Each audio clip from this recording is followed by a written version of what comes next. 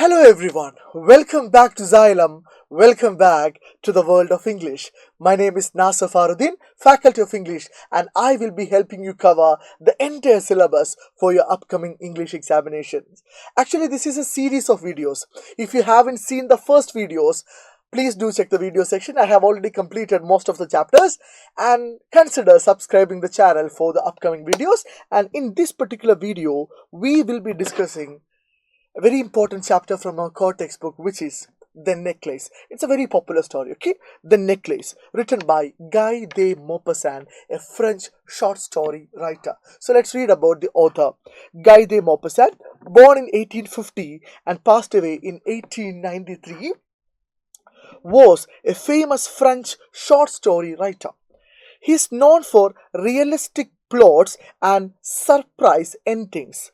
His stories often show human weakness, pride, and harsh truth of life. The Necklace is one of his most popular works. Okay, it is there to study in most of the school textbook, and it reflects the social life of 19th century France. You might have already understood the cultural, socio-cultural milieu of this chapter is France, Paris. Right? So what is the setting of the story? The story is set in Paris, the capital of France in the late 19th century. So 19th century means a period between 1801 and 1900. 1801 and 1900.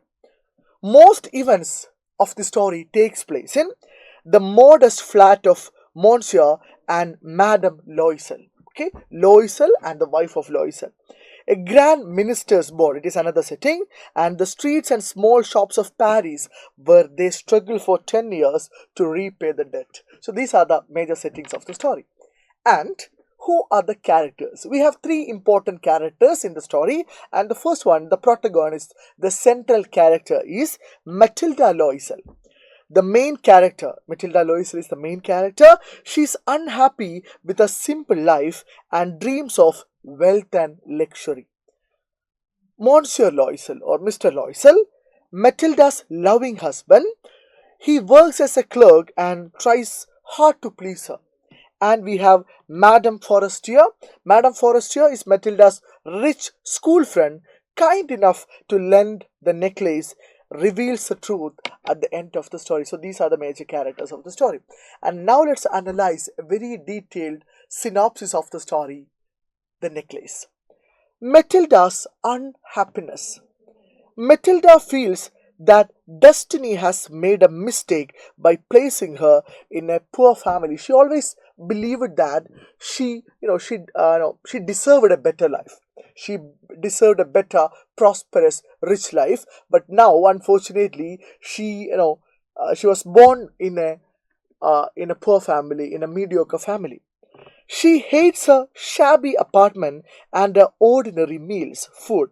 She rarely visits a rich friend because the comparison hurts her very deeply. Her pride becomes the root of all the problems that follow her. Okay, so a big problem, a very serious problem is going to happen, and the root cause of that problem is her pride, is her discontentment with her life. The invitation to the ball. A ball is a formal dance ceremony, a formal, a party, a dance party. One evening, Mr. Loisel brings home an invitation to a grand party at the education minister's residence. Residence is an official home of a person of importance. He expects Matilda to feel happy, but she becomes angry because she has no suitable dress. She asks him for money, and her husband gives her 400 francs, which he had saved to buy a gun. Then a fresh problem arises. She has no jewelry to wear for the party. This makes her borrow a diamond necklace from Madame Forestier. I have already mentioned Madame Forestier is Matilda's rich school friend. And success at the party. At the ball, Matilda becomes a great success. She looks elegant and beautiful. All of the people who attended the party were attracted by her charisma. Many men notice her, and she dances with enthusiasm. For a few hours, she states the life she has always dreamed of. She tastes the life she has always dreamed of. This brief happiness, however, caused her 10 long years of misery. Okay? How did it happen? I'll explain. The loss of the necklace. When she returns home, Matilda discovers that the necklace is missing. It's very costly. It's a diamond necklace. Mr. Loisel searches everywhere. He goes to the police station and the cab officers. He even advertises a reward, but nothing happened. And after a week of hopelessness, they decide to replace the jewel. They decided to buy a new jewel for Matilda.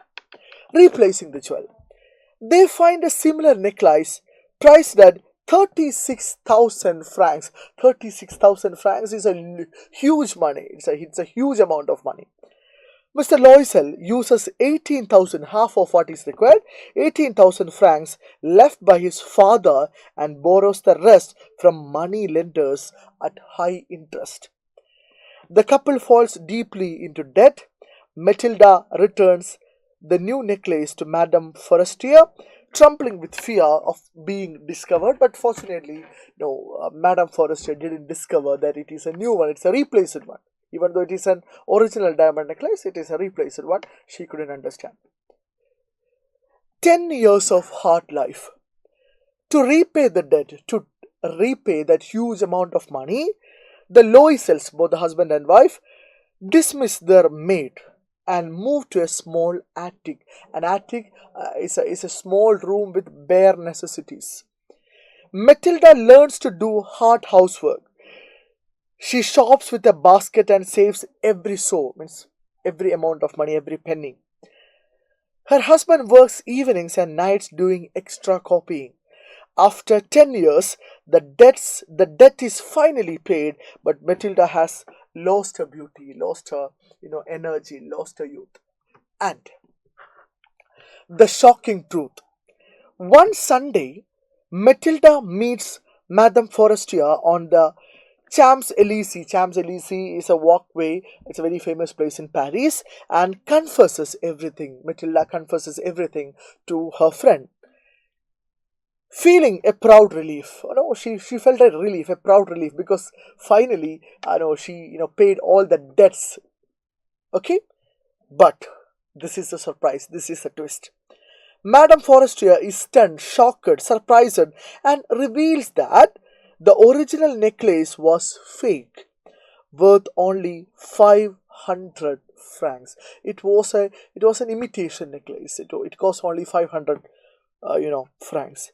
Matilda realizes that her pride alone ruined her life. Her pride was the only cause behind the ruin of their life. The ending delivers a powerful moral about honesty and contentment.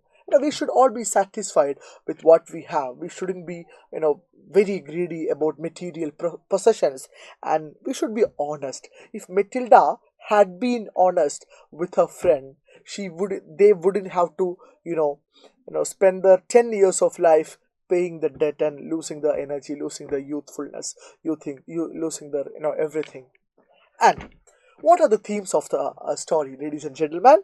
The first one is pride and vanity. Pride and vanity. Matilda is proud of her looks and dreams of luxury.